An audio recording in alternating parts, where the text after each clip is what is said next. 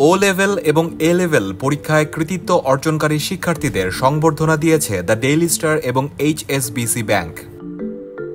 সকাল 9:50 বাংলাদেশ চীন মৈত্রীর প্রদর্শনী কেন্দ্রে জাতীয় সঙ্গীতের মধ্য দিয়ে অনুষ্ঠান শুরু হয়। এরপর জুলাই গণ অভ্যুত্থানে শহীদদের স্মরণে 1 মিনিটের নীরবতা পালন করা হয়। এবারের আয়োজনের প্রতিপাদ্য saluting the nation builders of tomorrow. অনুষ্ঠানে সংবর্ধনাপ্রাপ্ত শিক্ষার্থী ছাড়াও তাদের অভিভাবক, শিক্ষক, বন্ধুবান্ধব এবং আমন্ত্রিত অতিথিরা উপস্থিত হয়েছিলেন। সমষ্টিগত যে তোমার যে আইডেন্টিটি, তাকে ভালোবাসতে have focus, have a strong willpower. If you can work hard, you can reach any destiny.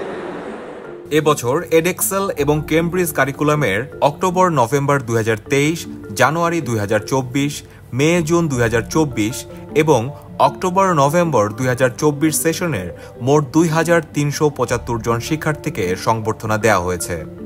এর মধ্যে ও লেভেলে 1824 জন এবং এ লেভেলে 551 জন শিক্ষার্থী রয়েছে। কৃতী শিক্ষার্থীদের মধ্যে ও লেভেলে বিশ্ব পর্যায়ে সেরা 67 জন এবং দেশ সেরা 62 জন রয়েছেন। এছাড়া এ লেভেলে বিশ্বসেরা 15 জন এবং দেশ সেরা 32 জন শিক্ষার্থীকে সম্মান জানানো হয়েছে। আইন উপদেষ্টা অধ্যাপক আসিফ নজরুল এবং পরিবেশ, বন ও জলবায়ু পরিবর্তন বিষয়ক উপদেষ্টা সৈয়দা রিজওয়ানা হাসান দ্য ডেইলি স্টারের সম্পাদক ও প্রকাশক মাহফুজ আনামের সাথে কৃতী শিক্ষার্থীদের হাতে সম্মাননা তুলে দেন। এইচএসবিসি বাংলাদেশ এর head of international wealth and premier banking Tanmi Haque, IDP education Bangladesh লিমিটেডের country director Rajib Mahmudul, Pearson Edexcel Bangladesh ও নেপালের আঞ্চলিক উন্নয়ন ব্যবস্থাপক আবদুল্লাহ আল মামুন লিটন অনুষ্ঠানে বক্তব্য দেন।